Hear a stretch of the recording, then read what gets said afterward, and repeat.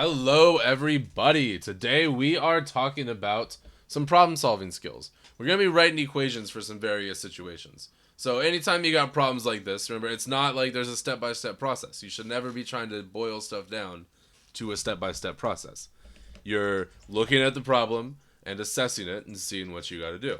And you got to think. You got to think hard. Always, always. So, let's see. Let p equals x comma y be a point on the graph of that equation. Express the distance from point P to the origin. Okay, so another tip that I should have said at the beginning is always, always, always drawing pictures. So even if it's a graph, let's just draw it out. So we should know roughly what that graph looks like from the last video.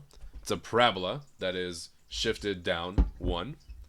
And let's draw our point. So we know we have our origin. We should know where that is. Right here, 0, 0. And then we've got our point somewhere on the graph. So we don't know that point. They do tell us that it's like x comma y. Or maybe we should say x1 comma y1.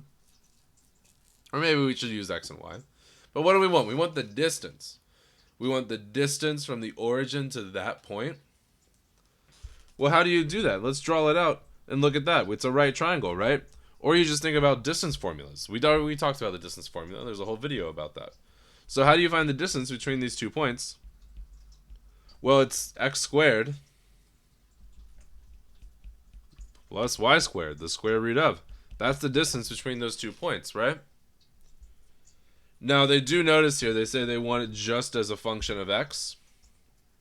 And so what do we have to do there? Well, look at what this tells us right here. It tells us actually what y is. It tells us that y is x squared minus 1. So using that, we should be able to come here and say that this is x squared plus x squared minus 1 squared. And I mean, that's an answer. I would personally prefer to simplify it a little bit. So that's x to the 4th minus 2x squared plus 1. So then you can combine like terms. So that's x to the 4th minus x squared plus 1.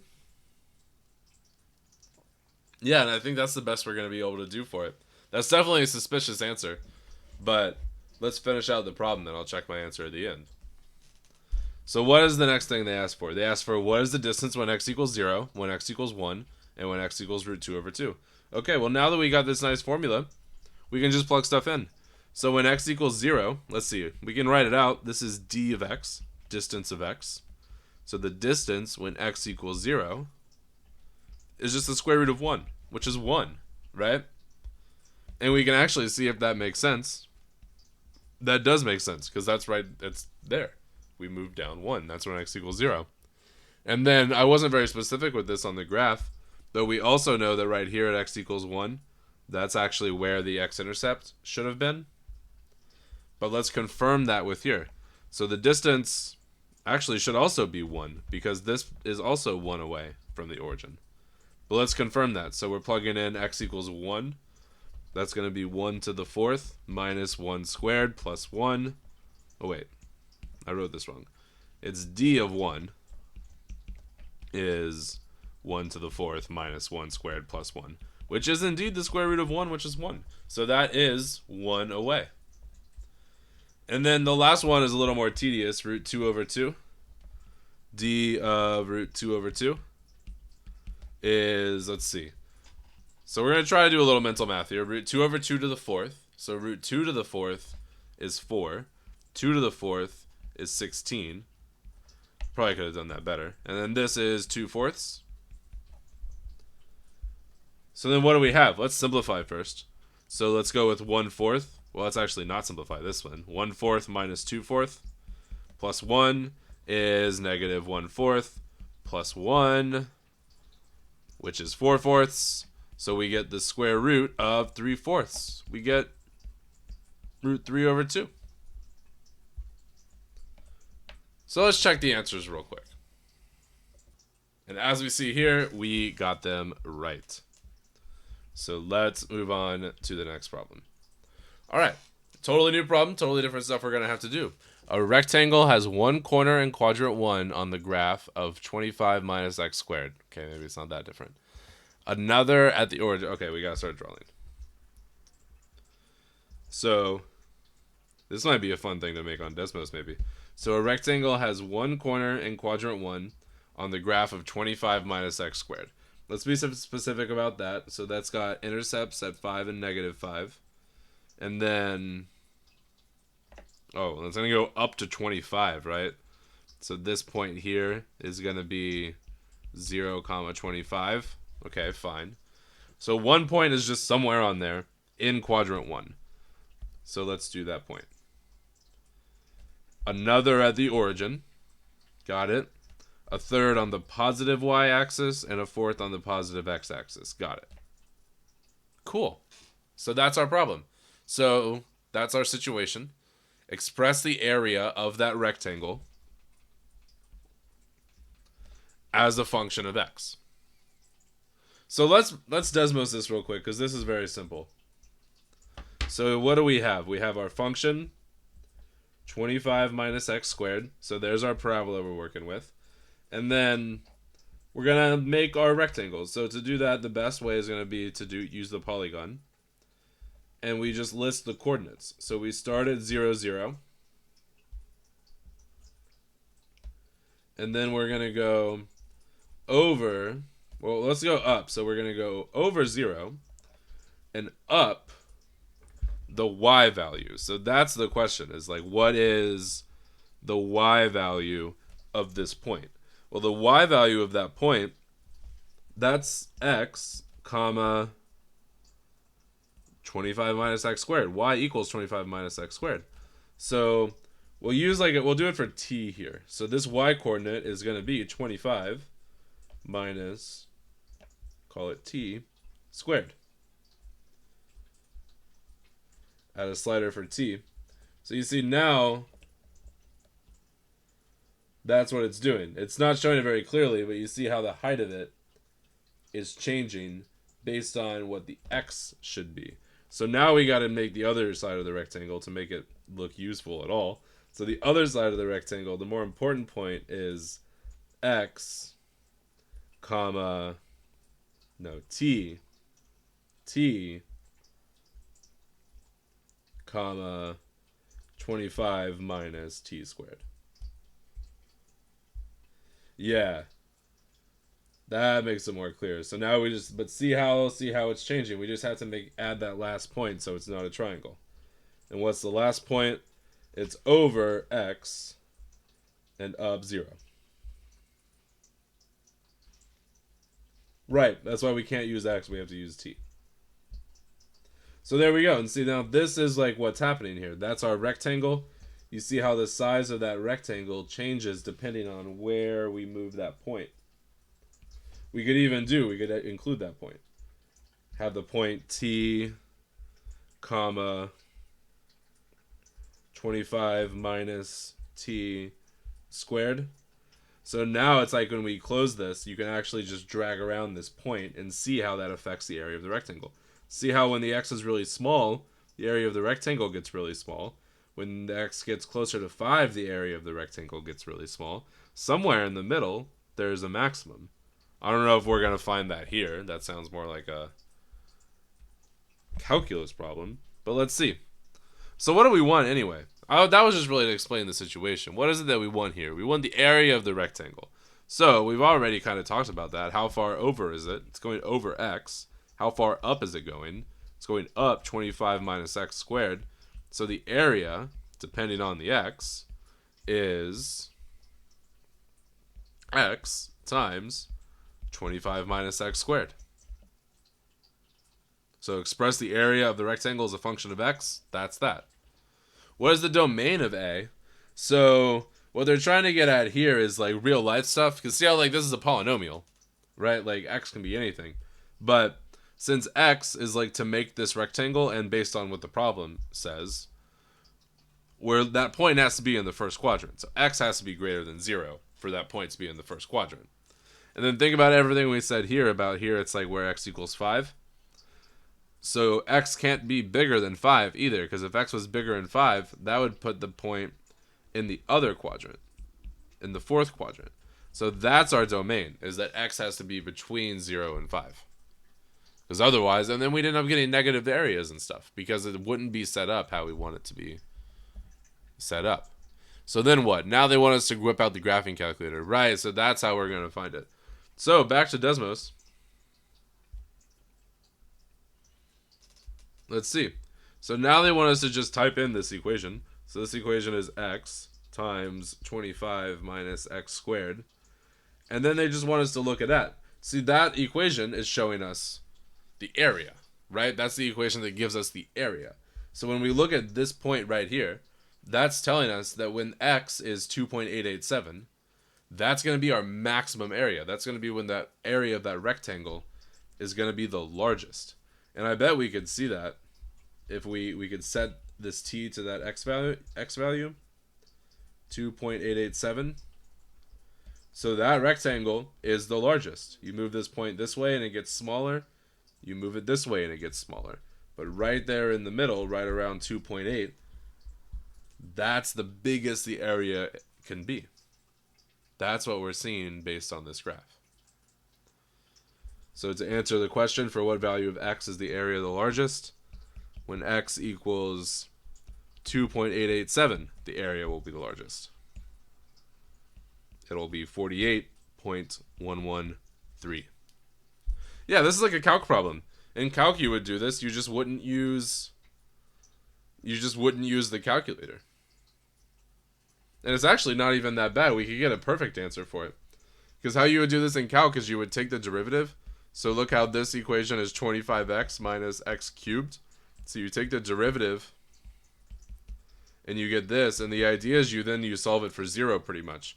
So you set it equal to 0, you solve for x, you get 25 over 3 and then square root it. So you end up with 5 root 3 over 3. And 5 times the square root of 3 divided by 3. That is indeed 2.887. Roughly. But see, that's the perfect answer. But you can just do it with the graph. That's the beauty of graphing calculators. They didn't have those so accessible back in the day. We truly are blessed in 2023. Okay, last problem, right? Almost just broke my iPad. I would have had to buy a new one. All right, a manufacturer of children's playpens makes a square model that can be opened at one corner and attached at right angles to a wall or perhaps the side of a house. What on earth? Makes a square model? That's not square, though. If each side is 3 feet in length, the open configuration doubles the available area in which the child can play from 9 square feet to 18 square feet. Oh. See figure 65. Now suppose that we place hinges at the outdoor corner for the configuration to open as shown in figure 66. Build a model that expresses the area of the configuration shown in figure 66 as a function of the distance between the two parallel sides. All right. Let's go back and look at the textbook for a second and make sure we got everything we needed to get out of this. What's the asterisk for? Oh, yeah, it's just from a... Oh, they stole this problem. All right, so we definitely got everything we needed. Let's try to make sense of it. Makes a square model that can be opened at one corner and attached at right angles to a wall or the side of the house. So we see that the purple thing is, of course, the wall. Each side in length. If each side is 3 feet in length, the open configuration doubles the available area. Oh.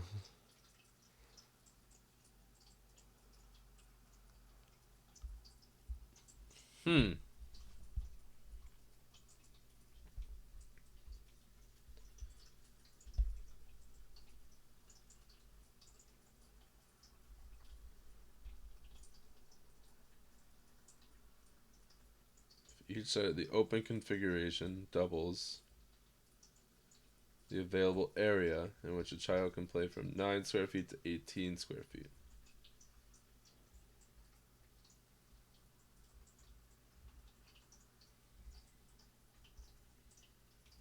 This is really confusing, isn't it? Even when reading what they have here.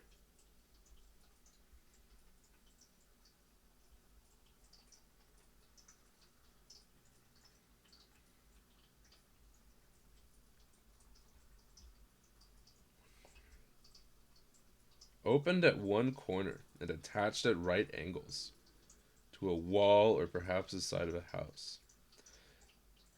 So they're saying there's no material here. So they're saying like normally it'd be like 3 by 3 by 3.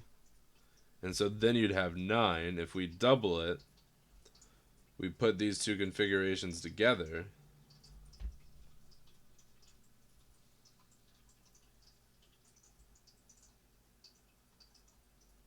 So they're saying we're two of them. They're saying like this is our thing. We got 3, we got 3. We can fold it. I guess 3 all around. They never tell us the height. Because we're only looking at the area of the bottom. So they're saying it would normally make like a 9 by 9 just like this, but then they're going to put another one over here to make a total of 18.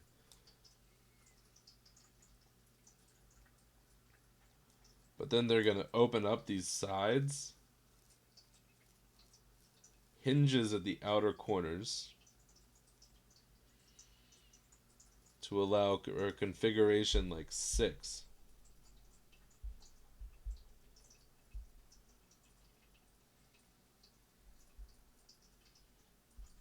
So are these still right angles?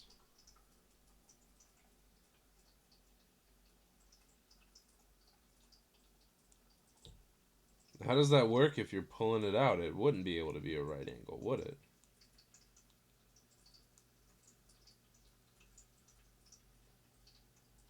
This problem makes like no sense to me.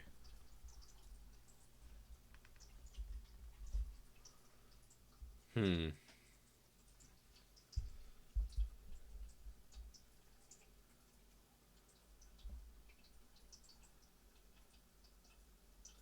Oh, so there's still 90-degree angles, but they're pulling it closer together now. Okay. So that makes sense. They're pulling these two walls closer together. So this is not X here. Oh yeah, that's 6. But then here they're pulling them closer together, and that's what's making the point. Okay. I got it. Alright, so build a model that expresses the area of the configuration shown in figure 66. So I probably didn't need to do all that thinking to get it done. I'm going to actually draw this down here at the bottom. For some reason, I think that's better. And I'm going to label that as 3, and that is X. So that area there is definitely 3X. And then what is this? Well, the base here is X. And it's a triangle. So we're going to do 1/2 base, which is X, times the height, which they're just labeling as H. So what do they say? Build a model that expresses the area of the configuration shown as a function of the distance X between the two parallel sides. So no. So we can't have the H in there. But that's actually fine. We can just solve for H. Because you see how that's going to be half. That's going to be X over 2. So then we're going to know that H squared plus X over 2 squared equals 9. And so then we can solve for H. So H is the square root of 36 minus X squared over 4. Nice. So we can plug that in here and say that our equation that we're working with now for A is 3X plus... Oh, we're squaring the whole thing, so that's actually going to be over 2. So it's going to be 1/2 times X. It's going to be X over 2 times what we just got for H, which is the square root of 36 minus X squared, also over 2. So it'll end up being over 4.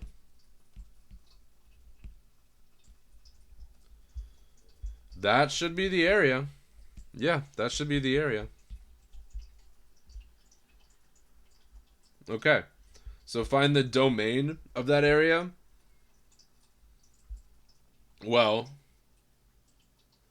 X can't be bigger than 6, We know this because if x was just on real world, x was 6 when it was like this. You can't bring them any further away or else they're not going to touch in the middle. So x definitely has to be less than 6. And then it's just got to be bigger than 0, right? That's going to be the only thing. You can't, like, cross them. The best they could be is just right next to each other. So I guess it can equal 6, but it can't equal 0 because they can't be right on each other. Okay.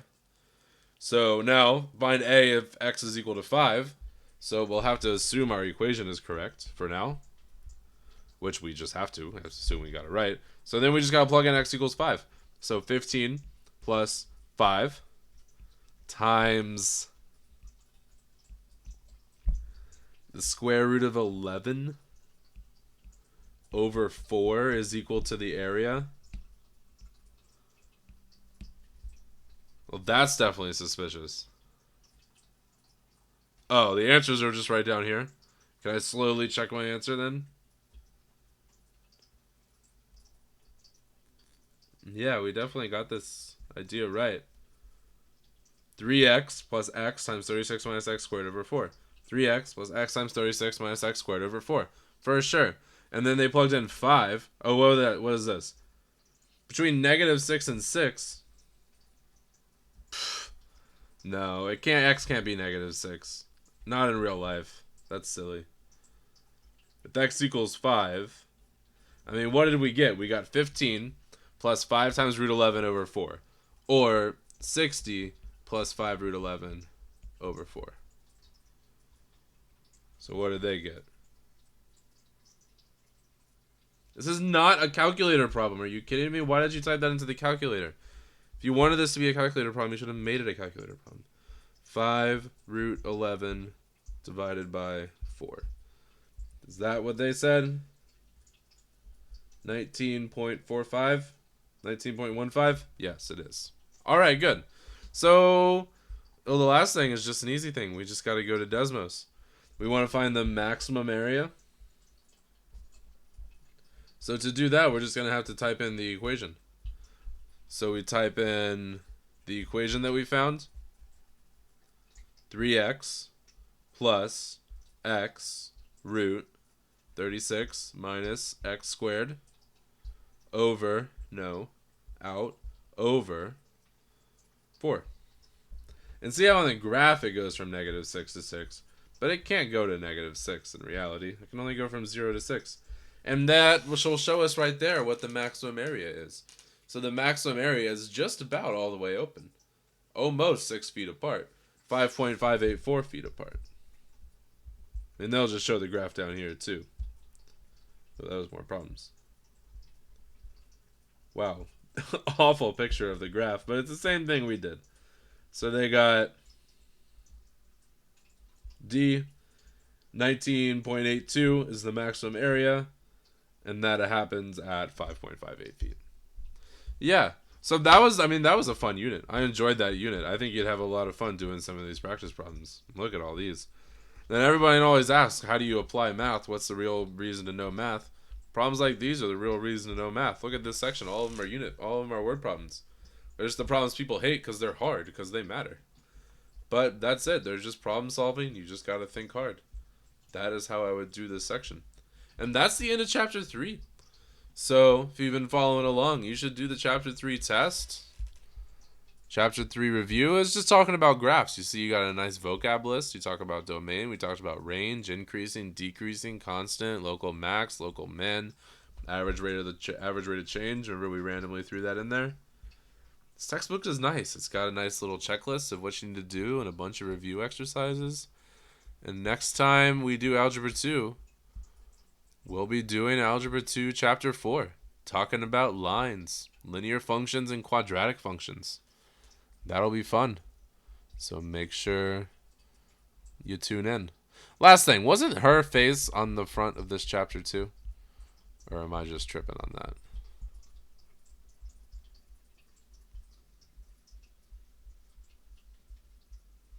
Maybe it was somewhere else that I saw it. Her face was somewhere else, I think. But anyway, I hope that was fun. Like and subscribe if you'd like. And I will see you next time.